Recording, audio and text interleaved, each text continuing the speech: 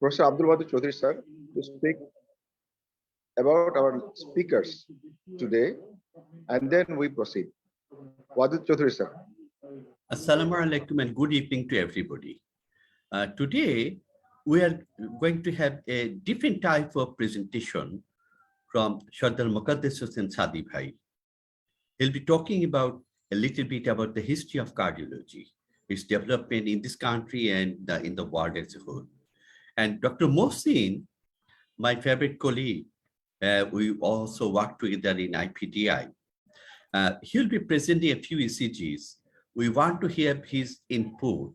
And today we were discussing among ourselves that he is an organizer who will always remain in the back when he did his job in IPDI. But today he's going to be the presenter. And we are going to enjoy how he present, how he see the things in his chamber, in his hospital, and elsewhere. Both of them are academicians.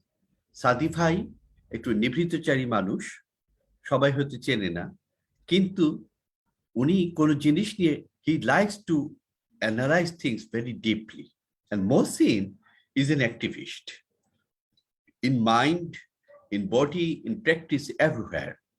And he is always active trying to improve the academic condition, the academic criteria and everything regarding cardiology and elsewhere.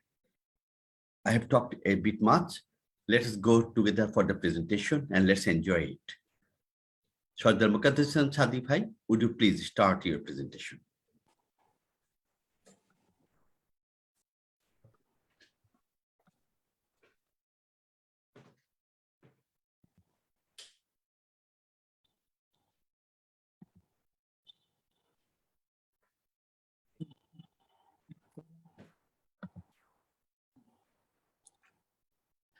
Course Director, Professor Dr. Abdul Wahid Chaudhary, learned viewers, Assalamu alaikum, good evening and good morning. I, Dr. S. Muqaddas Hossain Sadi, welcome all of you to my talk.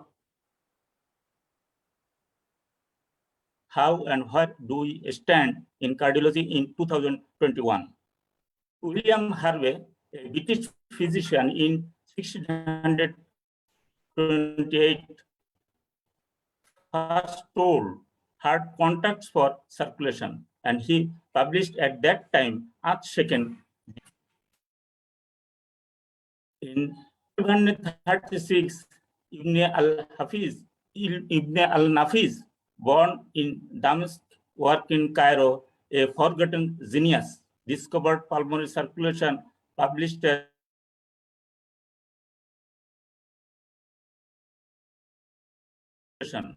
as he worked with coronary and capillary circulation about 400 years before William Harvey.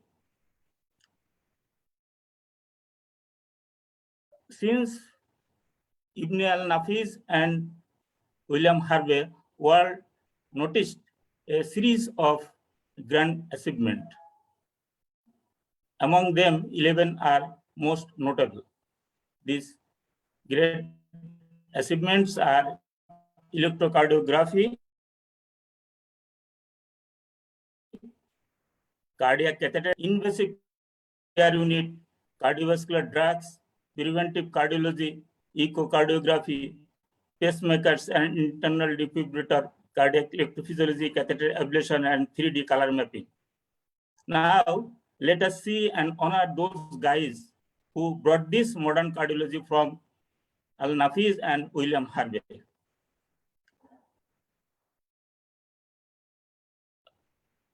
Although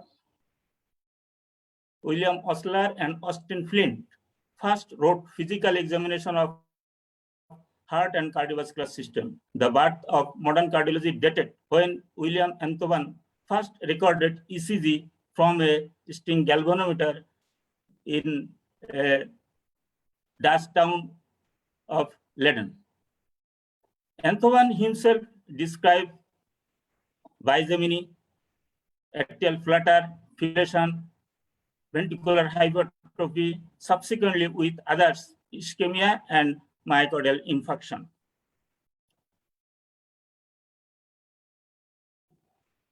In 1893, Wilhelm, his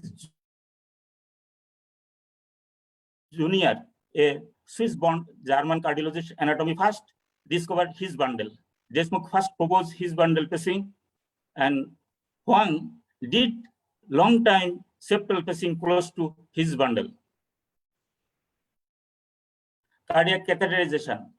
Postman first did human cardiac catheterization on himself.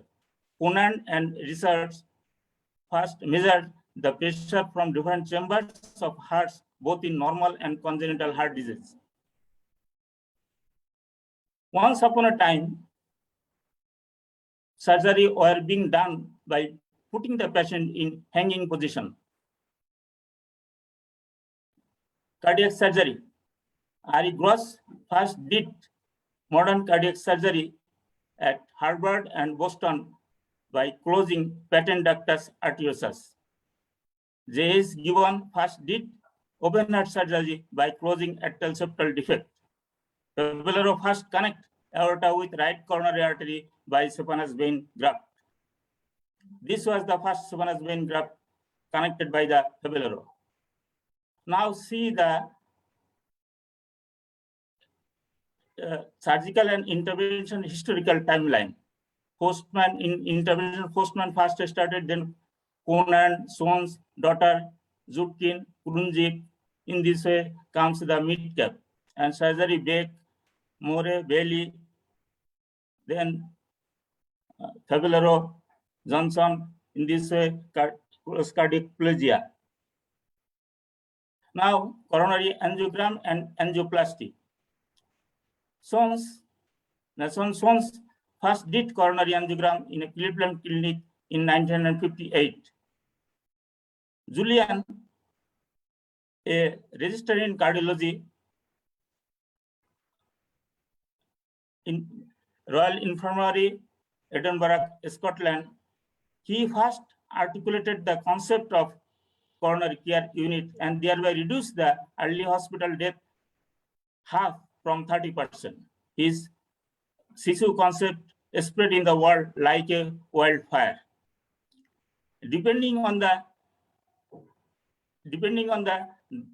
work of Daughter and Zutkin, Grunzik burst in the world in 1977 by doing coronary balloon angioplasty.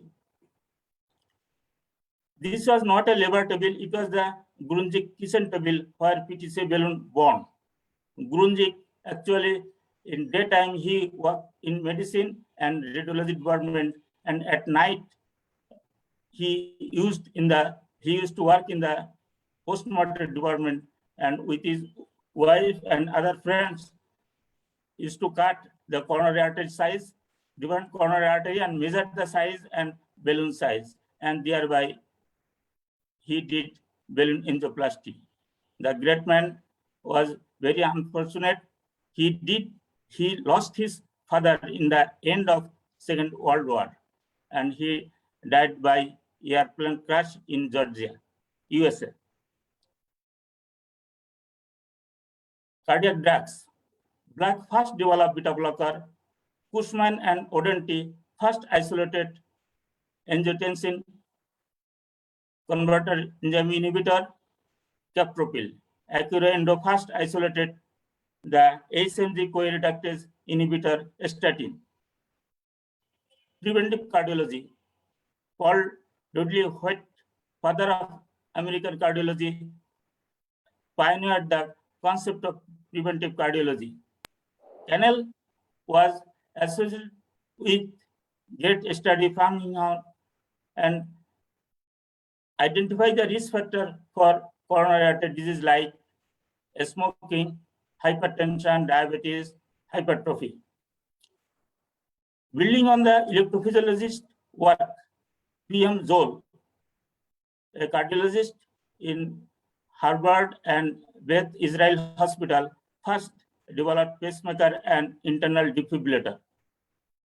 Michael Mirosky, a cardiologist working in Sinai Hospital, Baltimore, first implanted cardiovascular defibrillator, ICD.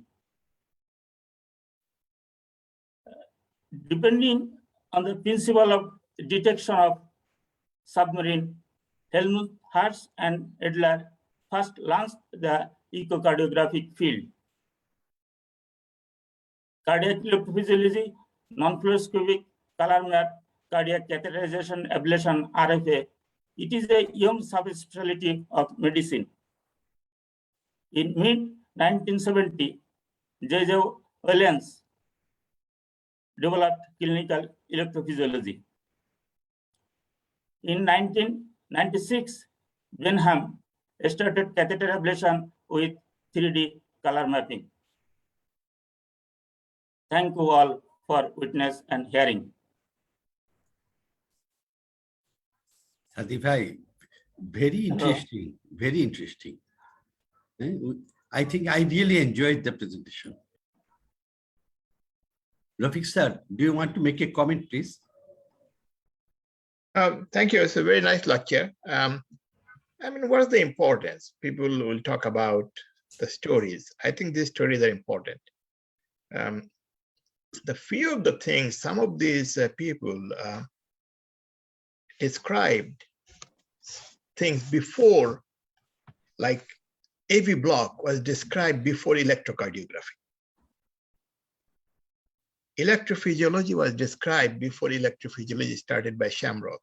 And these are the brilliant minds that actually, like in the early 1900s, people looked at the pulse and the jugular venous tracing and postulated first degree, second degree, and third degree heart block.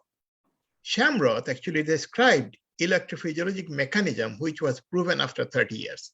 So these are visionary thinking, and I think the reason history is important that the younger group, you have to come up with ideas and work on it. Some of this may prove to be come up as successful, others will not, and that's science. Thank you. Thanks, Sadi, for the good lecture.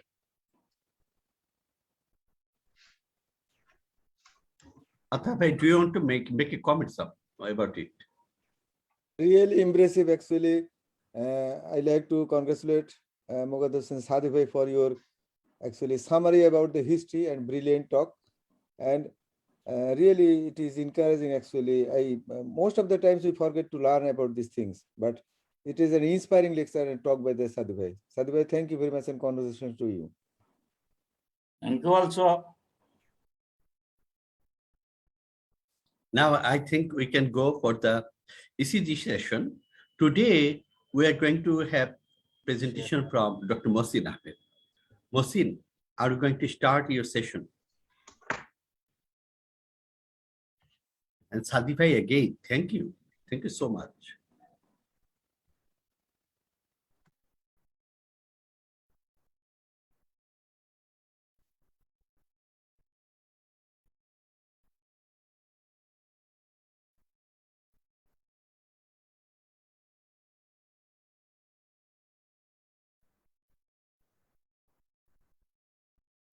Mohsin, can you share your screen? Yes. Yeah, we can see it. Thank you, ECG study group, Professor Athari sir, Professor Abdul Wahid Chaudhary, and our respected, I think one of the best guardian of Bangladesh, Professor Rafiq Ahmed sir. I will say is the real guardian. He always nourishes us, and we are learning a lot from the Professor Rafiq Ahmed. Thank you, sir, to invite me to this session. Can you hear me, sir? Yes, we can hear you. Yes. I always listen last 2 years. I think most popular session in Bangladesh in cardiology sector is the ECG study group. Our junior colleagues, also my senior colleagues, always discuss about these classes. We learn a lot from this class. I just discussed today some case-based ECG, a collected from the NICBD. Thank my fellows to help me to collect this ECG. One case, the 22 years old male is non-smoker. Last 12 hours, he is symptom the palpitation and breathlessness, and he also previous episode of sustainable symptoms within 2 years. On examination, his pulse may be not recordable. Respiratory rate 30 beats per minute. Cyanosis clubbing present. His SpO2 is 83% and GCS is 15/15. His ECG showed, I think here is the fellow, also fellow here. They can try to describe the ECG. Dr. Nazmul is here. Dr. Nazmul, Nazmul is here. unmute Nazmul, please. Please.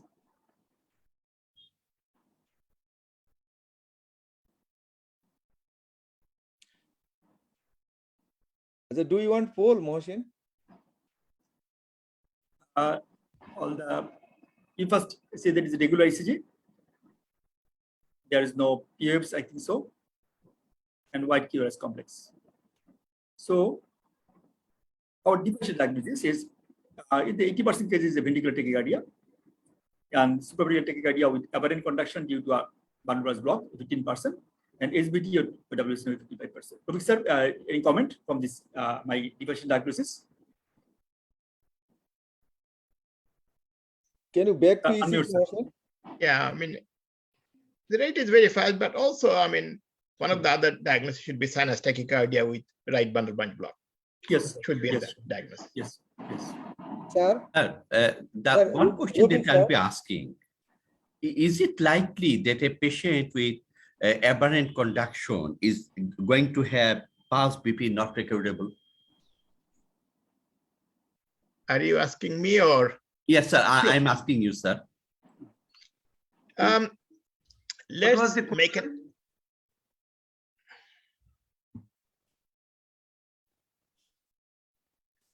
Sir, Professor. Yeah, no, Motion want to ask the question. Yes, sir. Yeah. Oh, so I mean, let's make an assumption. This is the 80. This is ventricular tachycardia, and a young person with normal LV. I would expect pulse, even in the setting of VT. So with this ECG, if there is no pulse or blood pressure, I have to think of something else going on with this patient. Not only the tachycardia, is there additional thing going on with this patient? Sir, I have a question, Mohsin. Yes, sir. Sir, in lead 1, lead 2, V4, V5, something looks like P before QRS, sir. Mohsin? Yes, yes, yes, yes. So the getting pulse or not pulse, I mean, it doesn't really makes a whole lot of difference in terms of EKG diagnosis, because it makes your life easy, because if it's a wide complex tachy and hypotension and no pulse, you probably shock. But the question, and you pray that you cannot figure out, then you just wait for that hemodynamics. But that alone should not be a differentiating thing between SVT and VT, because we can go either way. But in this EKG, the clinical context is very important, I think, because of this patient's clinical presentation. And it looks like to me that the depolarization is very sharp. So it is less likely to be VT in this case. I don't know what's wrong by your comment is, because there is a right bundle and there is right axis deviation. Patient has probably congenital heart disease, most likely an ASD, and probably septum secundum. Can I see the EKG again? Question ECG. Sure. Yes. And if we look at lead V5, lead 1, to me, it looks like more of a sinus tach rather than any other differential that VT or supraventricular tachy with bundle branch block is. That's what I think, and I don't know the. I did not see the hemodynamics. What was the patient hemodynamics at this point? Okay, Hafiz, I'm going to follow up with Hafiz's conversation.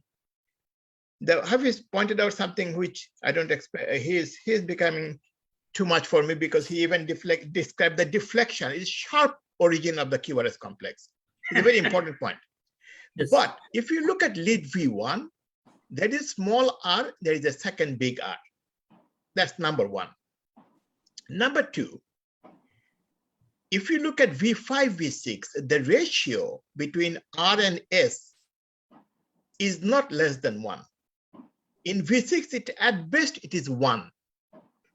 Those two factors goes against ventricular tachycardia. Yes. So but the other point, that important point Hafiz made, irrespective, we have to make an ECG diagnosis without regard to the blood pressure and palpable pulse or not. That's a different story. So, and if you look at the QRS complexes, there is something at the end of the T wave, before the QRS, and it's consistent. Actually, it's very good ECG, because you can see it in lead 1, in lead 2, lead 3, AVR, AVL, and V1 through V6. So I think it is most likely sinus tachycardia with bundle branch block rather than anything else. Sir, Can I And make a the comment, next sir? patient is cyanosis Can I make a clavicle. comment, sir? Yes. That's why I'm asking. sir, yes, Sometimes people think if I don't have pulse and BP, it must be VT, but it should not be. Sir, can we put, sir, atrial flutter as a differential diagnosis, sir, because of the Rate is very high, 180. Yes. Yes. I mean, these are all, we have to keep all these in mind. So if it is atrial flutter, if it is 1-to-1 flutter, it's a very slow flutter. Mm. If it is 2-to-1 flutter, it's too fast for a flutter. So I think it's a discrete P wave.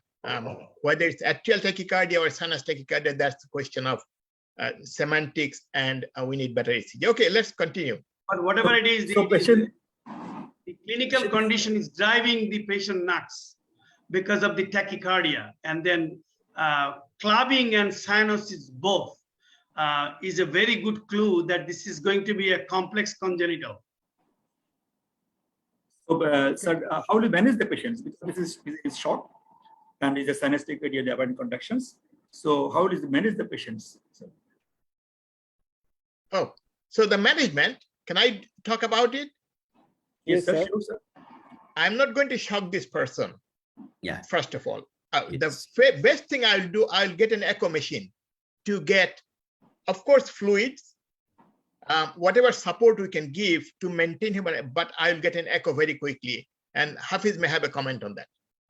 Sir, Hafiz bhai, before that, Sir is saying because the GCS is 15/50, so there are enough circulation in the brain that the patient is quite okay cerebrally. So that's the Yeah. point. We should think a little bit more before giving a shock or anything like that.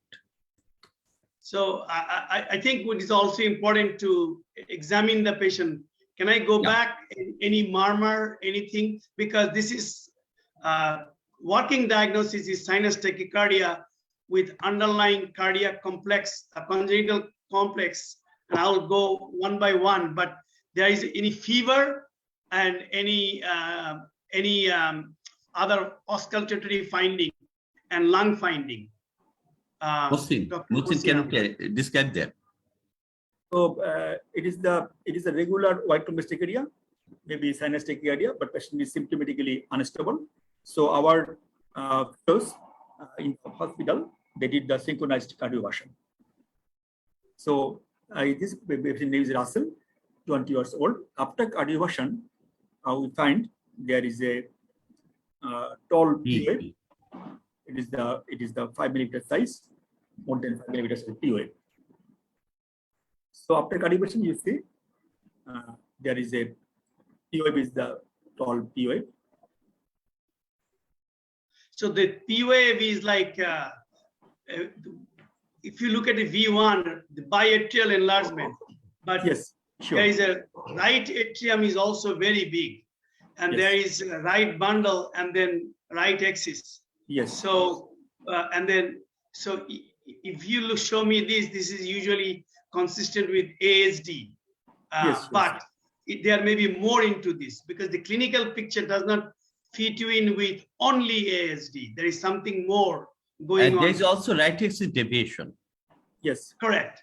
So right bundle, right axis, secondum, but So there may be more into this. Then Okay, can you go back to the first ECG? Yes. So, Let's go back. Yeah.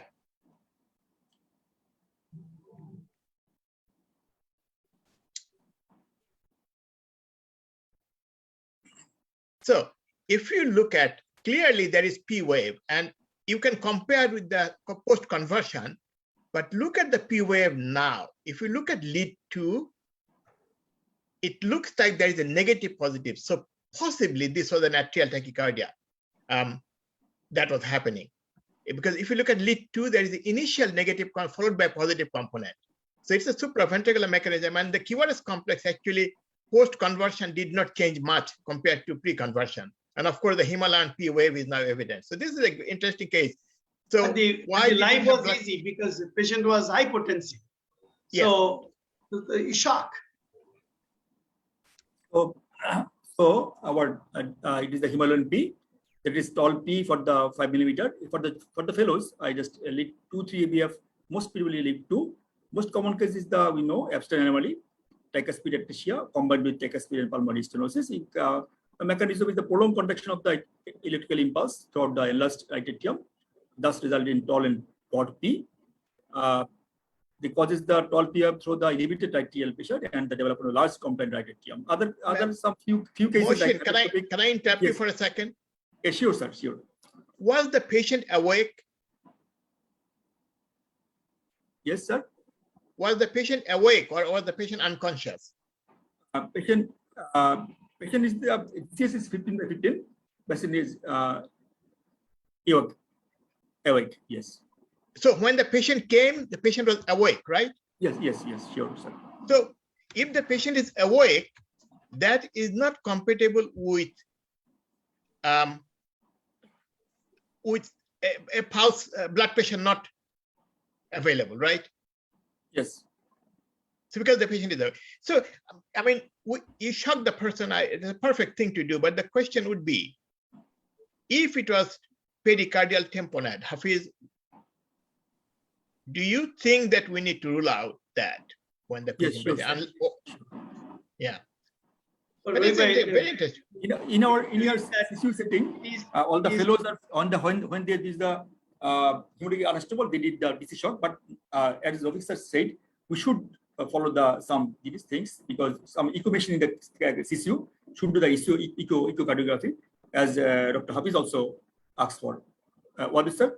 Please comments. Do the DC shock in these cases. Yeah. One of the things that goes against sinus tach is to be sinus tach of 180 is a very too high. It's too much. I mean, Yes. how many sinus tach have we seen at 180, 151? So that goes against sinus tach. I think this is a very good case. All right, go ahead, please. Well, the thing is that sinus tach possibly is a young guy, but my issue is that the pulseless BT, you see the patient loses consciousness. So this is not pulseless BT. Yeah. And if we cannot feel the pulse, but patient mentation is good, maybe the pulse is feeble, but something is there because the patient is conscious. So in that situation, if you want to do cardioversion, you just give the sedatives and then give the cardioversion, or you wait and pray that the patient loses consciousness. Then you don't need any sedative. Yeah, this is Yes. because we cannot shock a conscious patient. That's for sure, because it is very not very pleasant to the patient. So we did the ECG, echocardiography. There's the RB, RB directed, and so it is the echocardiography. Big, yeah. Very big abstinent anomaly.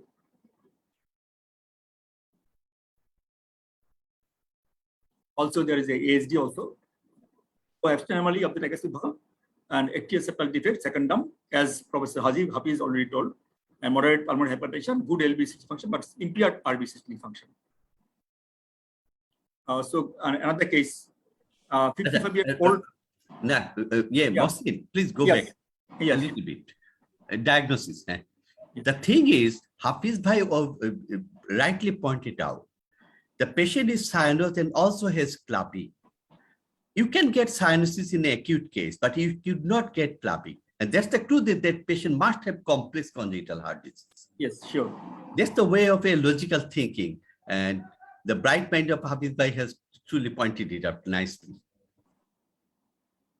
One other important thing that when you look at the echo, everybody should know that sometimes we have a tendency to overcall. In this case, I definitely think this is it is no brainer. It's a very florid case of abstains. But look at the tricuspid origin, because mitral versus tricuspid. Huge Look at the location of the tricuspid valve, way down. And then full atrialization of the ventricle and giving this appearance, you know. Question is why there is cyanosis? And you and then another important question will come up. If there is cyanosis, what will you do to manage this patient?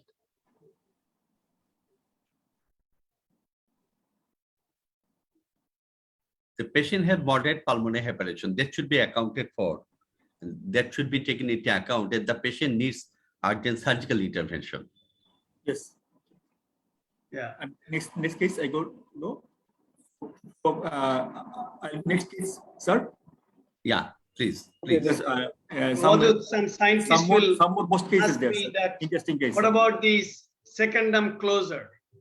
Because this is a case you don't want to close because this can be deteriorating. So my second case, 55 years old male, he also hypertensive, diabetic, and known cause of coronary disease. He had history of PCI 10 years back, and coming in our hospital with the chest pain and witness for 4 hours. On examination, pulse BP not recordable, and there is respiratory 30, lung base crepitation, and also oxygen saturation 85, GCS 30/15, and CBC in 80 milli.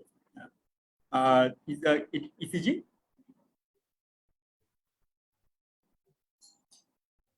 And any comment of this ECG? I think it is regular. It is 230 beats a minute. PUF is present. QRS is 240 milliseconds, and positive concordance and AV decision.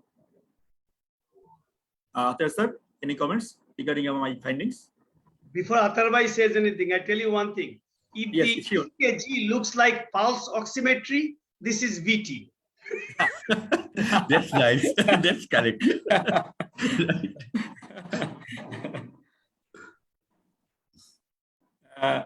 We did sequence cardiovascular.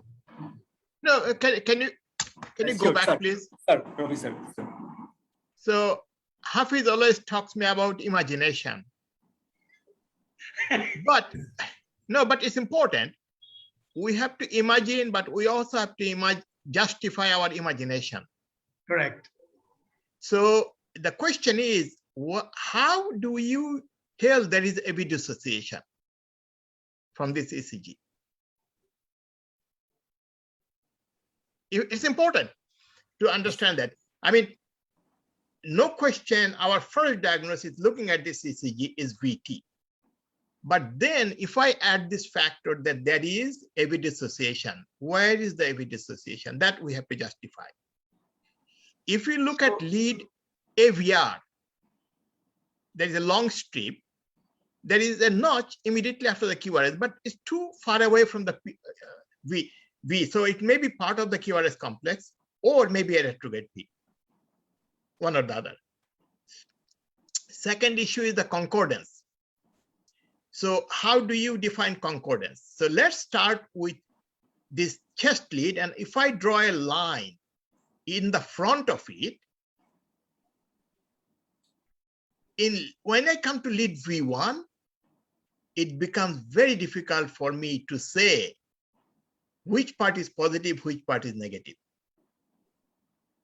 So that's why to use the term concordance, we have to, if all of them look like V3, V4, V6, V5, V6, I would have agreed with you about the concordance part. But my problem is I cannot use that really in that context.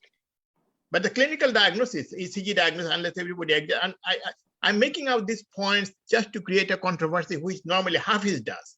But Rafiq bhai, are you saying this is a VA conduction or is it a complete? No.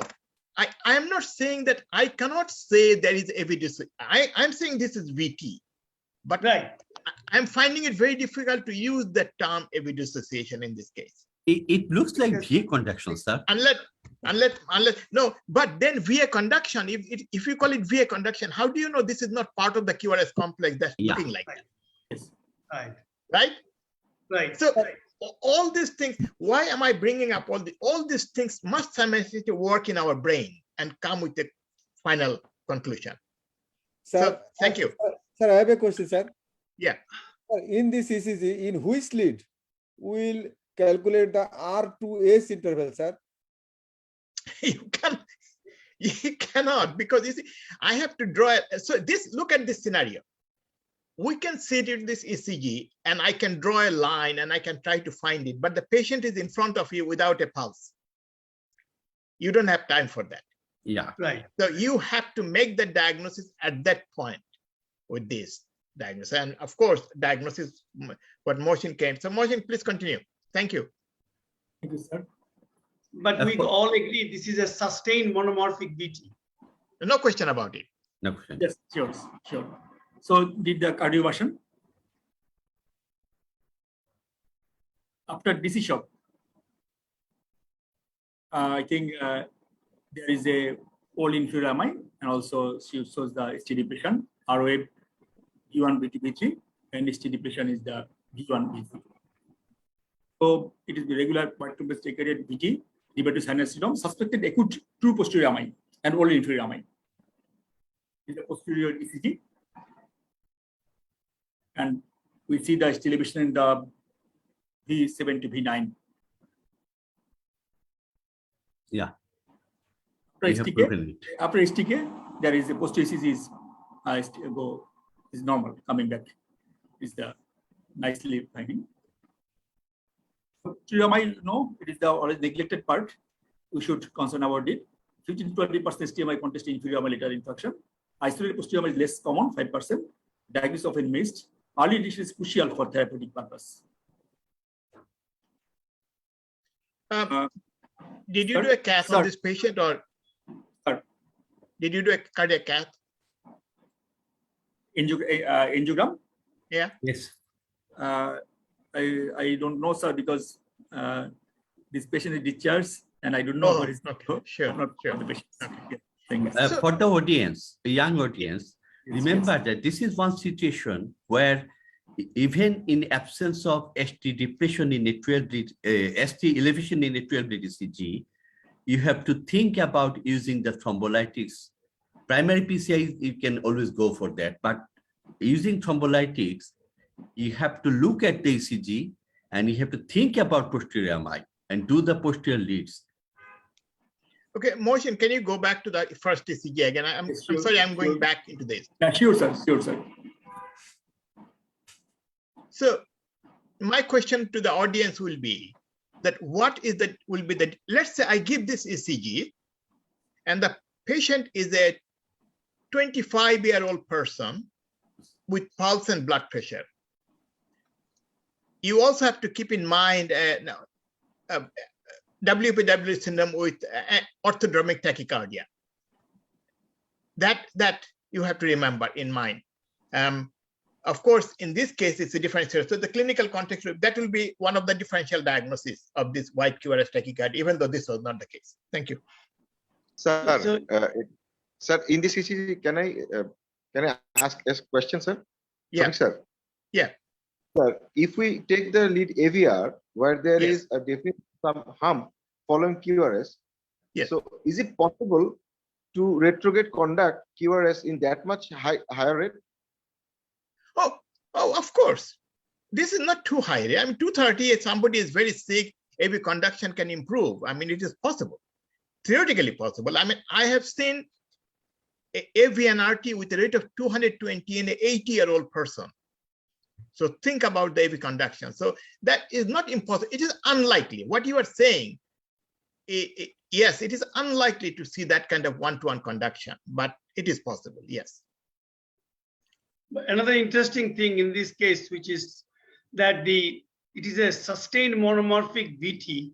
In the case of acute MI, that is not the usual rhythm, either VFib or polymorphic VT.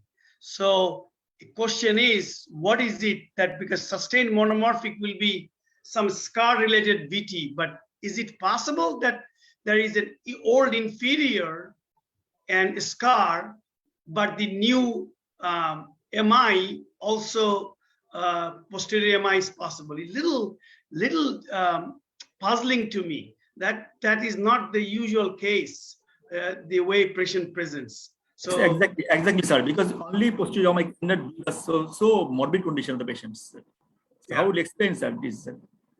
No, I definitely will entertain the diagnosis of posterior. How you cannot? Yes. But yes. The question is, the VT is little puzzling to me, that the way it was a sustained monomorphic VT. But and if there is a time, I will show you that this thing that we always talk about in cardiology, the sustained monomorphic VT means scar, and polymorphic is usually ischemic. There is a considerable overlap on both sides. That means that polymorphic can be not related to ischemia, and then monomorphic can be in the setting of MI. Okay, good. Thank you. Next case, sir. 40 years old male, not known to hypertension diabetic. We don't know. Palpitation for 3 days. On exhibition pulse 130, blood pressure 100/70. Respiratory is normal, lung clear. Spirit is normal. Everything is fine. His ECG showed. I think anyone can. Dr. Nazmul in here. Dr. Mohsin, I think we need to. I'm sorry to jump in, because I'm just getting my thoughts together. So that has huge implication. I don't know, Rafiq bhai, what will be your comment, because we had a couple of cases like this where there is sustained monomorphic VT, but you open the infracalated artery, but the LV in that area is dyskinetic, and then are you comfortable to send these patients without ICD? Because if you think that the VT is that, then it is a secondary prevention, and in that case, the ICD is indicated. So it cannot be that simple that it is a posterior MI, you revascularize and then send home, because the substrate for the VT may be different. And why that happened, maybe on the top of peri-infarct area, there is a dispersion in the depolarization, and that triggered the VT.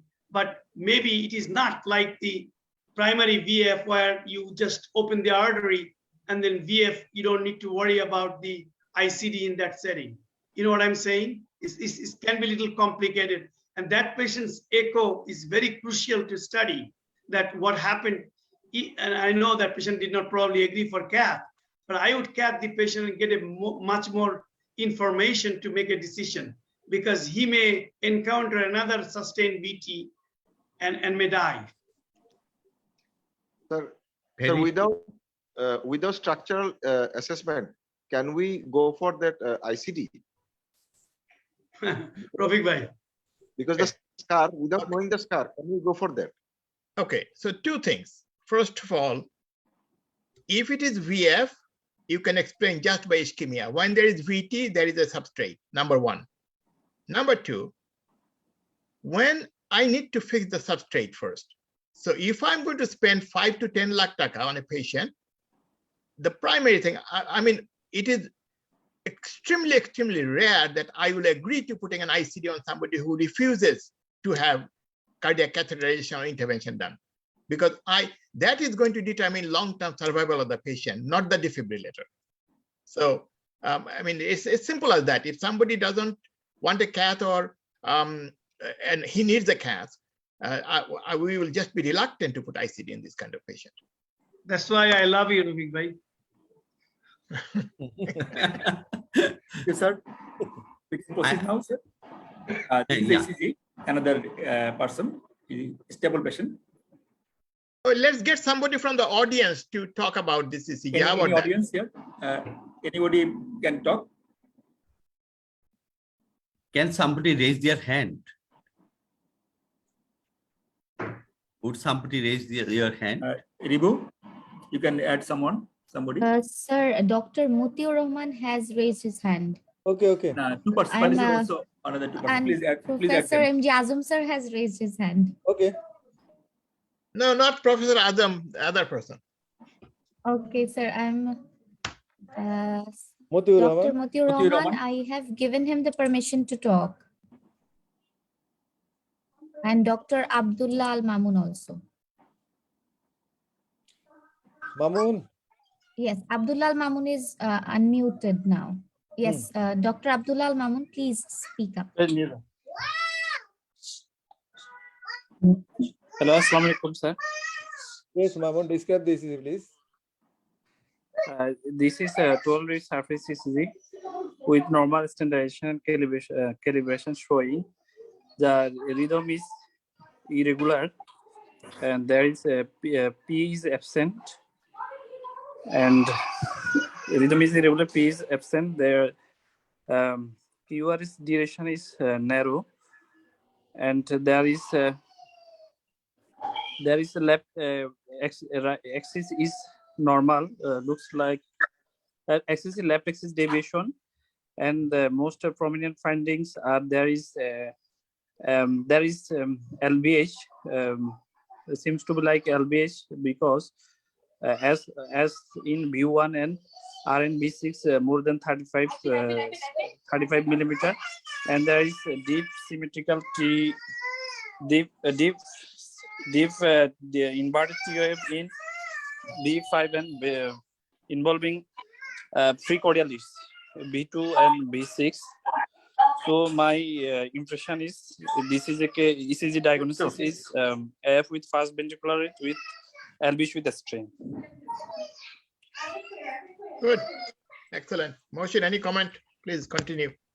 It is right, irregular, and also heart rate is more, and also LBH is right. Sir, And, yeah. Can I make a comment, sir? Yes. We did Sir, go. in ECG, if you look at LUT 2, sir, can you go back to ECG? Sure.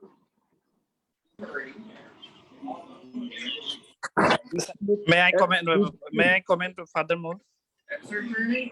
Abdullah Al Mamun. Yes, sir. And there is, if we look at the 2, 3, lead B1 and AVR, there is there's TOF inversion in 2 and AVL, but T is upright in AVR, and this is a this is called a triad, that is Anisboren triad. It is specific for ACM patient. Tushar was saying something. Yeah. Sir, lead 2, the first complex in the QRS, before QRS there is a small p. Yes, I also lead 2 some POF. Professor, there is POF in the lead 2. The first complex. Yes, first complex. Yes. Okay. But that does not look normal P. But morphologically does not look normal P, yes. Sir. Sir, it is upright P, sir. Though small, but upright P, sir. Okay, fine. I agree with that. But so look at lead V1. After the word V1, there is a QRS, and there is before next, there are 2 tiny waves. So these are the ones that is basically atrial flutter fibrillation complexes.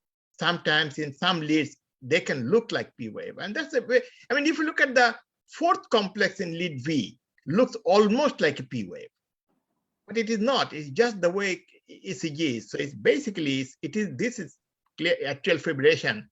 Whether it is some form of macro reentry flutter with a very fast rate, that's a debatable question. But by all means, I think 90% of physicians will accept this is the diagnosis of atrial fibrillation with left ventricular hypertrophy. Yes, sir. As a Well, motion, That's it. as a motion, actually, back to ECG, please. Sure, sir. First of all, thanks to Dr. Abdullah for nicely describing this ECG. Abdullah, thank you very much. Mohsin, can you clear the two terms? Actually, sir, in atrial fibrillation, there is a common popular term, atrial fibrillation with fast ventricular rate and atrial fibrillation with slow ventricular rate. Can you define these two terms, Mohsin, please? Usually we fast ventricular rate is the ventricular rate is rate is the more than usually 120 more than is the fast ventricular rate, and usually less than 100 is usually the slow ventricular rate. Sir, Rubik, sir. Well, you have to follow the sinus rhythm and sinus tachycardia rate. yes, If sinus rhythm, we normally consider between 60 to 100. So if between 60 to 100, no comment, is atrial fibrillation with controlled response. Anything over 100, rapid ventricular response. Anything less than 60, slow ventricular response. I mean, that's the standard. I don't think there is any hard fast in this. Can I make a comment, sir? Yeah. For the students here, in the OSPE exam, what we wanted from you in such a case, we wanted the rate is more than 100 or the rate is less than 60. You don't have to put the exact rate in the case of atrial fibrillation in these cases. We just want to hear from you the rate is whether it is control rate or it is fast ventricular response or slow ventricular response for the exam purpose. yes. Sure. Okay. Go ahead. Continue, please. So it is the simple meaning the. You see, there is a SAM, stick-empty measure of the anti-metal leaflet. So there is a gradient also, 57 millimeter mercury. So the diagnosis. Sorry, Mohsin, Dr. Mohsin, before you show the EKG echo, there is more in that EKG other than the rhythm. And I think it is important to highlight those because there is LVH and there is asymmetric T inversion and the very ugly looking T inversions.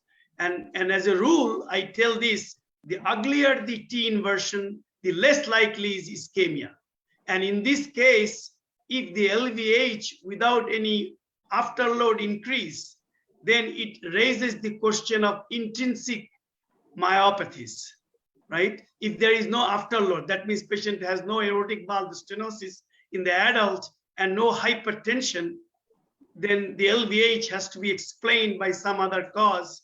And one of those will be the familial hypertrophic versus infiltrative cardiomyopathies. This is important right from the get-go to understand that from that EKG, a lot of information can be considered. Dr. Mohsin, can you go back, please? Sure, sir. So let's make an assumption that I'm just new to cardiology. Can you go back? Please go back one more. Yeah, please. No, next one.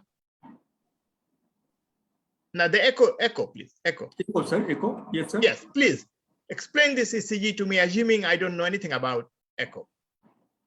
If just, there must be some people who don't understand what you are talking about, the septum and the posterior wall. If you could just point, do you have a pointer? Yeah. This one? Yes, please explain what you are seeing. It is the septal wall, is the entry wall, in the posterior wall. You see that there is the entry wall is the 24 and posterior is the 15. 24.8 millimeter is the IB septal wall and inferior posterior wall is the 15. There is asymmetrical. Also there is you see the respiratory motion of the mitral leaflet. So there is also obstruction. Asymmetrical septal hypertrophy with obstruction, this big finding. Okay, sure. Yes. Thank you. Sure. And Ravik bhai, for you, I tell you another thing, simple. Also the gradient also 57. This case. Sir, Hafiz bhai. When there is hugging the wall, there are only probably two differential. One is that patient is hypovolemic and hyperdynamic LV, and trying to squeeze the last drop of volume from the LV. Hugging the wall is very interesting in cardiology because that is hypovolemia, hyperdynamic, or there is cardiomyopathy, familial or infiltrative cardiomyopathy, when there is clearly you see there is hugging the wall. And not only that, there is early indication, looks like some SAM also. So this is very interesting echo. Hafiz bhai, can you explain please the hugging the wall please in this figure? That means both walls are touching each other.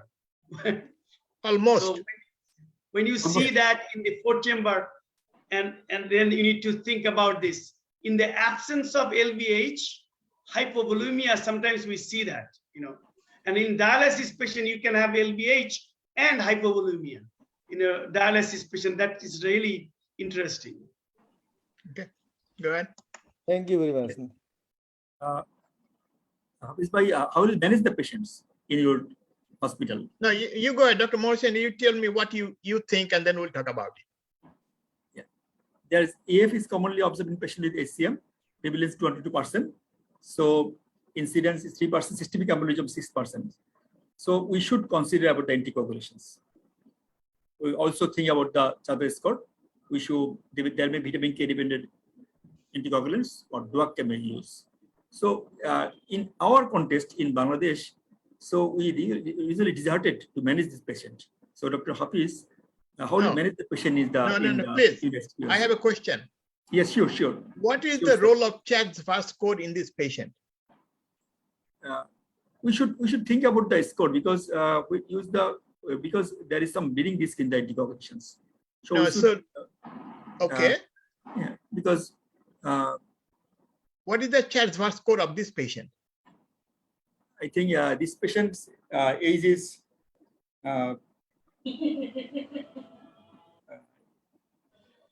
40. I think.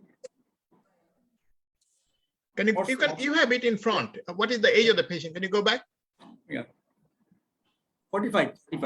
45. Okay, so no. Can you go back, please? Go back, please. 45. 45 diabetes, right? No, 45, not non-diabetic. Non-diabetic. No. Okay. Only 40 years. Only 40 years. 40 years? Yeah. So his CHA2DS2-VASc score is 0. It's 0. Yes. Will you anticoagulate him? Sir, can I add something, sir? Yeah. In HCM patient, there is no role of CHA2DS2-VASc. No. Don't add that. I didn't want you to add that. Yes. Sure. Not use the. So the question is, with a CHA2DS2-VASc score of 0, in patients with, Dr. Shafiq was mentioning, please go ahead now, Dr. Shafiq. Yes. I'm Dr. Mohsin, sir. Oh, motion. Oh, sorry, motion. Motion, what do you think? So tell me about it. In atrial fibrillation with HCM, there is no role of CHA2DS2-VASc score. If patient with AF, patient must have to anticoagulate to prevent thromboembolism. Yes. It's very important. They are at very high risk of thromboembolic complications. So CHA2DS2-VASc score does not apply in cases with hypertrophic cardiomyopathy. And even most likely apical variety, most likely. Another thing, Rafiq bhai, on this same way, rheumatic mitral stenosis and atrial fibrillation, the risk is so high that if you look at all these earlier trials, they all excluded those from the risk of thromboembolism. So CHA2DS2-VASc in those patients also do not apply in a atrial fibrillation with rheumatic mitral valve disease. And another situation is thyrotoxicosis. These are not historically patients included. For the others, an unique group is the post-op CABG and AFib. There, people agree that you can probably apply. But there are some unique clinical situations where you actually don't apply the CHA2DS2-VASc. Okay, so continue with Dr. Mohsin, please. These are very good cases today. Okay, Dr. Hafiz, I asked a question. How do you manage the patient in the, because HCM not managed in Bangladesh so much. So how do you manage the patient in HCM? We should anticoagulate fast patient first, but different management for the HCM patients in your center. Mohsin, was there any history of sudden cardiac death in the family? No, no history of surgery. That's one point very important for these patients because they have two risks. One is the thromboembolic risk, particularly in this patient in the context of atrial fibrillation. The second is sudden cardiac death because they are also prone to VF. And these two things, past this VT or VF, we have to consider taking detailed history, taking the echo findings, what is the wall thickness, and what are the other complications, how the patient presents, etc. So for the management, two things right from the get-go to identify. One is the arrhythmic risk and the one is the mechanical part. The arrhythmic risk is the question that I leave it to Rafiq Bhai, but historic paper is from Eliot, London. You can pull it paper, it's worth mentioning. You know, the family history of sudden cardiac death in the immediate family. Patient has sudden cardiac death. The LV, wall thickness, septal thickness more than 3 centimeters, hypotension in exercise testing, and VT on the telemonitoring. And now some people include that whether there is any implications in terms of genetic testing and which mutant, myosin heavy chain mutant versus troponin T. Some are more malignant than the others. But these are the criteria for the placement of ICD in this population. And of course, if it is a VF arrest, that's a secondary, that's no question. But the mechanical part is the what happens to the mechanical part, syncope and congestion, right? So syncope is a big issue. The myth is that the gradient doesn't matter because it's reducing the gradient may not necessarily reduce the syncope. It's a broad question. But the congestion, the diastolic dysfunction, and heart failure is a big problem. And therefore, we do everything that can regress the LVH. There is no drug as such. Some people try the ARBs, angiotensin receptor blocker, and some try to avoid the dyssynchrony, to induce the dyssynchrony, pacemaker, or give the myectomy. But another important thing, when we do the myectomy or septal ablation, you need to know how much is the MR. If there is a SAM giving the severe MR, then it's a problem. In those cases, better to go for myectomy and also the mitral valve fix if needed. We had just one last week and we just went for myectomy rather than this. In severe cases where there is only congestion and nothing else can be done, then you think about alternative for the device therapy for the LV pump failure. But these are in a nutshell the overall outline. And now you can talk about antiarrhythmics and control the rate, and then synchrony. Yeah. Hafiz bhai, I want to add something. Hafiz, okay, go ahead. The new guideline added the high risk of patient with sudden cardiac with apical aneurysm. These are the new thing. Yes. Yeah. So let me tell you this apical aneurysm business, because this happens with the apical variety. What happens, the intraventricular gradient causing the apical thinning. For the apical thinning, it is a problem. So we actually recognized this way before it came to the guidelines, because that can be a big problem for this. So what do? Do you go for resection reconstruction? Surgeons hate it. So to protect, we say ICD. I have two patients, one actually is a nurse, that this apical aneurysm, and we did cardiac MR and see the thinning, and that becomes a problem. And Rafiq Bhai can highlight this, the EP cardiologist, when they see gadolinium enhancement and big area, they get nervous because that can be a big substrate for arrhythmias. Okay. I'm going to summarize. Can I make a comment? Yes, please do. I'm particularly interested. These patients have so-called diastolic heart failure or heart failure with preserved ejection fraction. That's a big problem because whenever they run or goes upstairs, climb the stairs, they have shortness of breath. But you cannot, there is no drug that is very much helpful in that. What about the role of empagliflozin or the Arrhythmia in these patients. Will that be helpful? Will that come out to be some good to them in future? Is there any study going on like that? Sure. I'm going to touch on a few things, especially with this patient, because this patient came with atrial fibrillation. 3 things that we need to deal with. One is the risk of stroke, and that's anticoagulation, no question. But if there is no proven atrial fibrillation, then there is no indication for anticoagulation in HCM. Number 2 is quality of life, and number 3 is quantity of life. Now, for quality of life, this is of course, diastolic heart failure is an issue. The other issue is that outflow obstruction.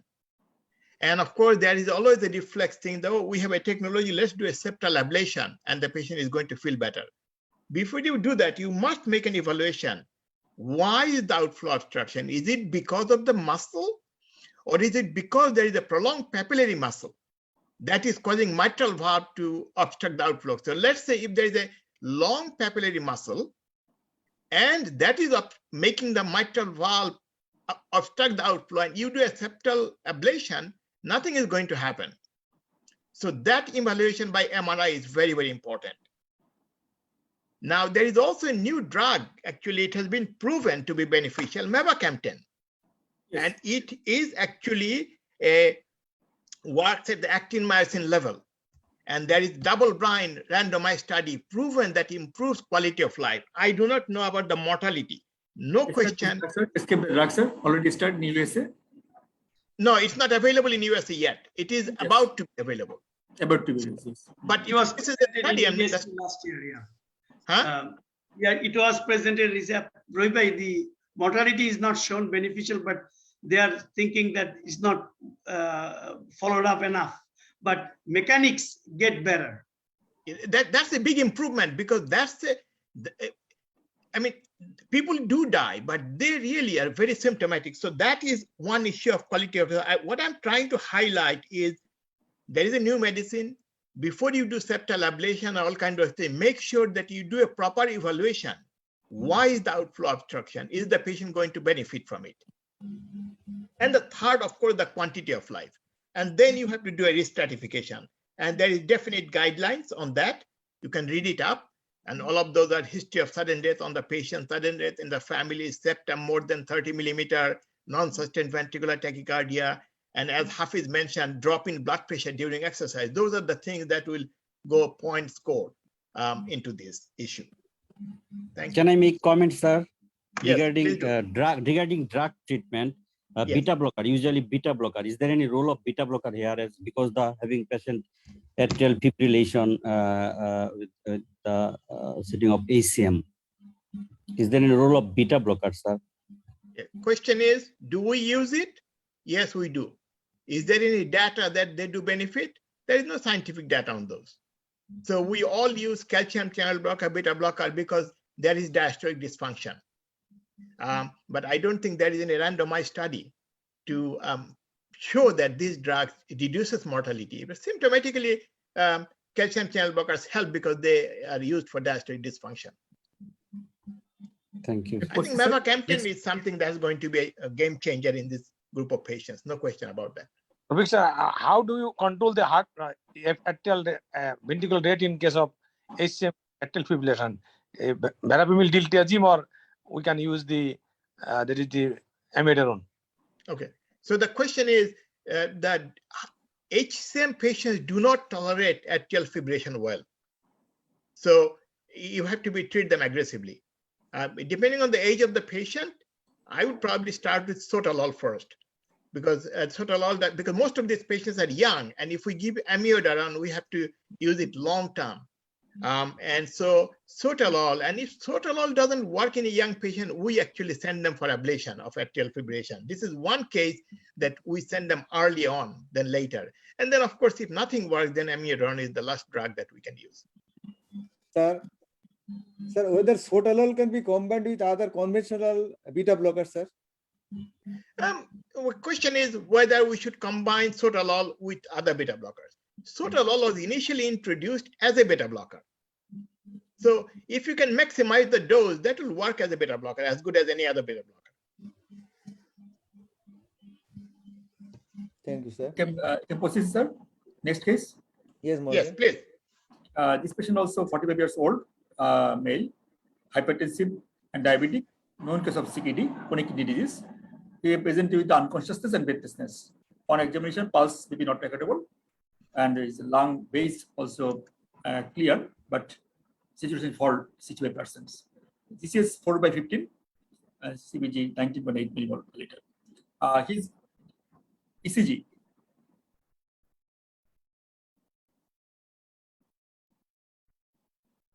Anyone comment the ECG? This is ECG. So it is the agonal rhythm. So we immediately manage the patients, that is numeric assessment, simultaneous resuscitation, CPR, and arterial blood pressure care, atropine, adrenaline, and after we immediately do the temporary pacemaker. After TPM,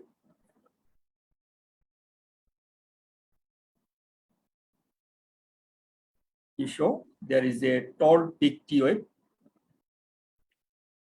and also there is spacing spike of QRS complex, regular. So investigations. Can you go back, please? First ECG, Mohsen, please. Yes, this one first ECG. This one is first ECG. Fine. This one is first. Yes, Yes, this one. This is the first one. Okay. Yes. This ECG is difficult because this ECG only has P waves. The next one, please. Yes. So, with the history, hypertension, diabetes, chronic kidney disease, and this ECG, my question to the audience is, what is the first thing that you are going to think is the problem with this patient?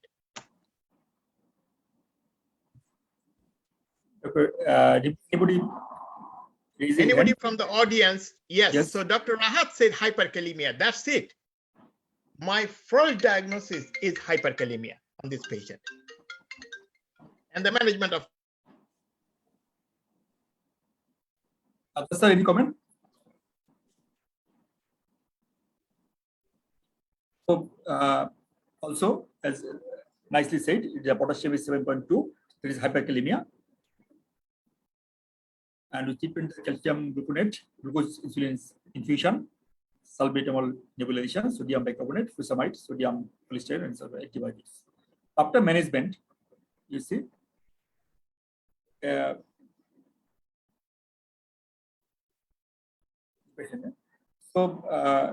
the ventricular rhythm, what is the agonal rhythm? It is the blood rate is less than 20 beat per minute. Ventricular rate is more than 100. Accelerated idiopathic rhythm is 40 to 100. Idiopathic rhythm is 20 to 40, and agonal is less than 20. The fellows, what is the agonal rhythm? Very slow ventricular rhythm, less than 20.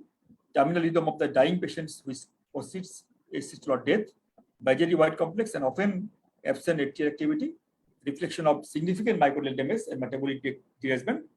Treated similarly cardiac arrest victims like cardiac arrest. Early pacing is suspicion impacts survival is unclear. So there is what is the finding of the hyperkalemia? So mild cases when it is 5.5 to 6, tall peaked and tented T waves and flattening the P wave. Moderate is 6 to 7. Low amplitude, loss of P wave, prolonged PR interval, widening of the QRS complex, HSM elevation, and severe when more than 70. So bradycardia, sine wave, and VF. As this is showed, it is like a hyperkalemia when the goes nodal rhythm and sine wave and VF and asystole. It is the hyperkalemia. You see the pull effect of the T wave, peak T wave, P wave flattening, and PR prolongation by QRS complex. What the difference is hyperkalemia and ischemic T waves? You see, in hyperkalemia, T wave is tall and pointed and narrow based, and hyperacute T wave is tall, not pointed, and broad based. So, what the diagnosis of hyperkalemia in patients of pacemaker? Typically, this change of hyperkalemia can also be seen even during paced rhythm. These changes revert back to baseline with correction of the hyperkalemia. Sir, any comment, Rovik sir, on the pacemaker ECG and hyperkalemia? Rovik sir. No comment. Yes, perfect. Yes. Yeah, definitely. So my is finished, sir. Cases. Thank you, sir. We are waiting for the nice conference in the 17th December, Bangla Cardio, in the whole day conference. And another conference, the IPDI Cardiac Conference, 21st February. Two days day-long program for the junior fellows. The case-based discussion, clinical cardiology, ECG, echo, CT, MRI, and interventional cardiology, also cardiac surgery. So I invited everyone. Please register soon for Bangla Cardio and IPDI. Thank you so much. Thank you, everybody. Thank you, Mohsin. The cases were very, very good, very interesting.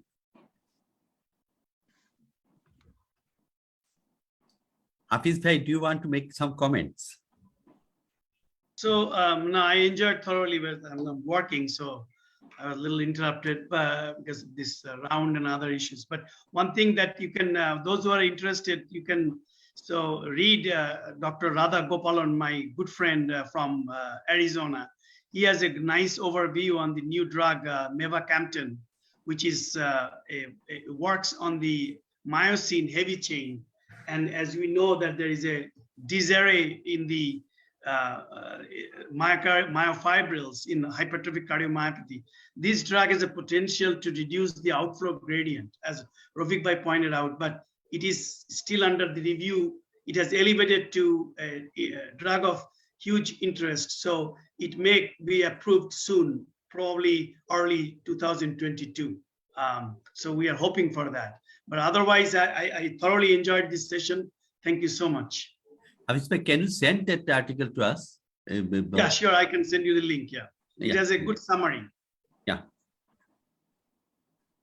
Also, the paper has been, the double-blind study has been published. Yes, so you can download that. He basically summarized that trial and also the trials upcoming and give his perspective. He's a heart failure guy. Jamil has been quiet today. I was learning. No, this was a very good session. I enjoyed it. Sir. Yes, sir. All the cases are very good and ECG testings also. Arun, do you want to make some comments? Arun Maski, are you here? I have seen him. I missed Sadivai's first half of the lecture. Oh, I just wanted to say one thing. I am actually going to be in Bangladesh from January 3rd to 10. Oh. And I will be happy to come over to your institution if it is early, like 7 or 8 a.m. so that I can be with you. If anyone interested, I can be there. Well, Azam is there. Azam left. Mohsin, have you heard what Hafiz Bhai was saying? Sure, sir. Sure. That will be free. Sir. I will arrange. Thank you, sir. A case-based discussion actually gives us some insight in practicality of managing a particular case.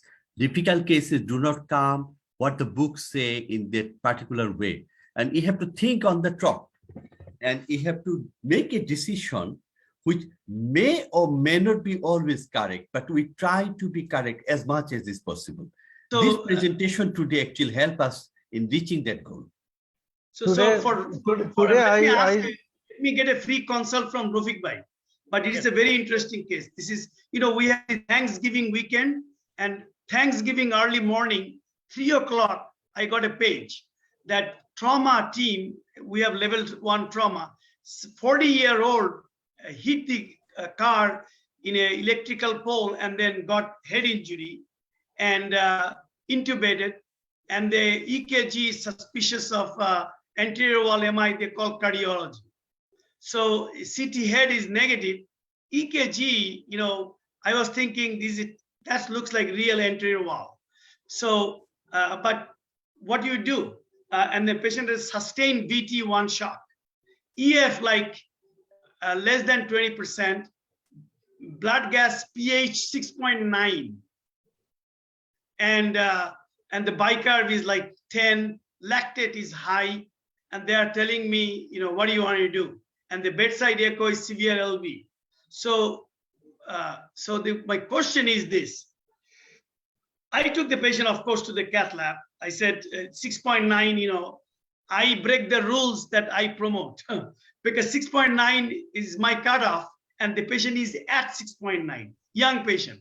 So I took this, and it is interesting, the LAD is occluded in the prox LAD.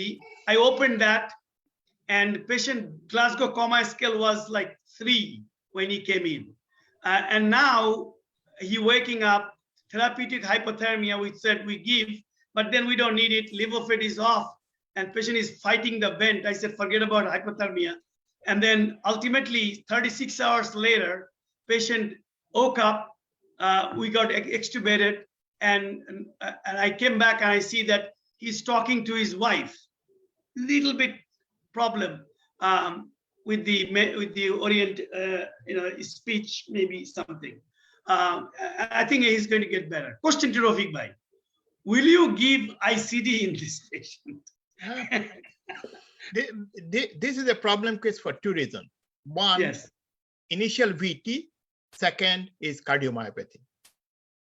So you can say, well, let's play on the safe side, just put an ICD in and send him home. Second option will be to give a live vest and wait for 3 months. At the end of the 3 months, if the LV function completely normalizes, do an electrophysiology study. yeah. Or you can do cardiac MRI to see if there is any significant scar. If there is no scar, EP is negative, then you can say, well, most likely not. But that will be the situation. That's how I think probably we're going to manage it. Yeah, thank you, Rafiq Bhai, for the consult. Any other thought? Because I'll tell you what we decided. Any other thought, Dr. Maski? No, I'm enjoying your talk. So, Rafiq Bhai, I took a shortcut, and the important thing is, luckily, the patient's wife is a nurse, and she says, "Why give a device?" And I said, I went through the discussion as Rafiq Bhai nicely pointed out. So we both agreed to give live vest, an optimal med. But I'm going to do the echo before discharge. Normally I don't, but I will in this case, because I think some of it will be, because he's so good, I think the EF will be better already because of some of this was stunning with the shock. So, yes. Yeah. But the other option would be, Hafiz, the other option, this is probably an ideal case for sub-Q ICD. Yeah. Because what you do at the end of 3 months, if you have any doubt, put a subcutaneous ICD. The guy doesn't get any shock for 3 years, don't replace it or just take it out. Right, but we would opted for this. I tell you, this is a lean, keen guy. Sub-Q ICD, I don't know. Big. It's big. And he's a male. No, I think that is the right plan. I mean, that is what you did is the right plan to do. Yeah. So interesting. That's why I was saying that the sustained VT in that posterior MI, it may not be all that easy. Yeah. Again, the summary of the Hafiz observation is that you get VF from ischemia, acute ischemia. You get VT from a scar, old ischemia. And that's the point he's pointing out. In that, in the previous case, Mohsin's case, the old inferior MI, true posterior MI, why should he have VT? He should have VF if it is related to the new ischemia. And that's the point he's saying, that he's not feeling comfortable sending the patient without revascularization or without assessing for ICD. Well, the reality, economic reality says otherwise. And I was watching this Ivu request is that we are like in a Mashfiqur Rahim situation, 96. If that happens, we need to call around to get 4 more for the century. The highest we got today is 96. Can I ask one question to Rafiq Bhai? Yes, Arun. Yeah. So I have one patient, 79 years old, admitted for COVID, develops complete heart pump, put TPI. After maybe 7 days, she has come into sinus rhythm. EF is 25 to 30%, triple vessel disease, So does she need pacemaker? This gentleman has everything. Well, unfortunately, the COVID and Hafiz is more experienced with complete heart block. I'm not sure there is any data on that, right, Hafiz?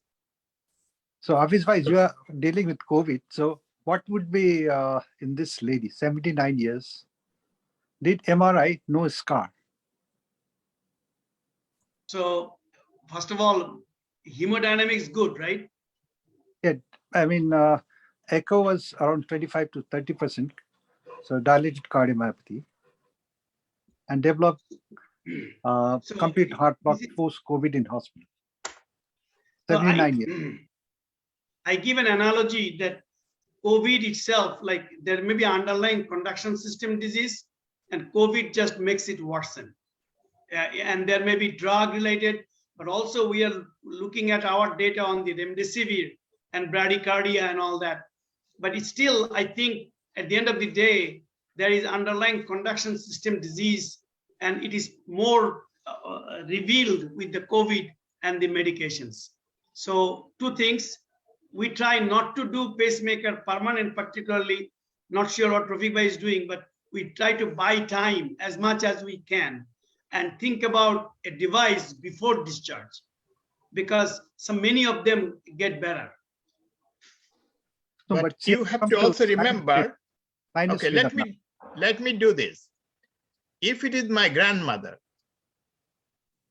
if this patient was 45-year-old, this patient has bought a BiV ICD. However, this patient is not 45. Patient is 79. If my grandmother lived in America at the age of 79, I will not give him anything, her anything. Simple as that. Because you have to keep the age in consideration also. If it were me, I would not want one personally. When the patient asks me, do you have the technology to do it? Yes, I have the technology and skill to do it. And I can do it safely on you if you want it. Yeah. Rafiq sir, I have to, if the QRS complex is wide during complete heart block, in that case? Unreliable, yes. No, definitely. But the question was that the